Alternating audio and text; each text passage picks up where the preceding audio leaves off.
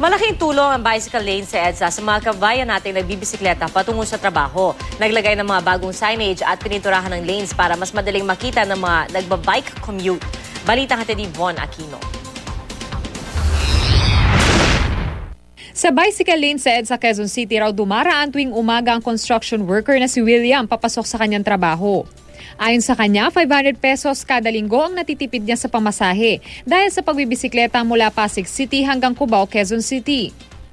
Di naman ako nakalilate para lang makatipid ako sa pamasahe kasi mahal na ngayon ng pamasahe. Exercise tuwing umaga. Nagbibisikleta rin ng 53 years old na si Manong Nonoy patungong trabaho. Ayon sa kanya, 100 piso kada araw ang natitipid niya dahil hindi na siya namamasahe. Mula Malabon City patungong Cubao, 1.5 oras daw ang haba ng kanyang biyahe. Unang-una, siyempre para makatipid sa pamasahe.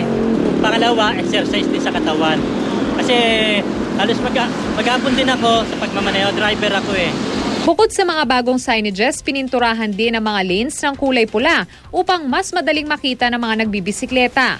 Layo ng mga bicycle lanes sa maging ligtas ang biyahe para sa mga kababayan nating gumagamit ang bisikleta sa pagbiyahe sa EDSA.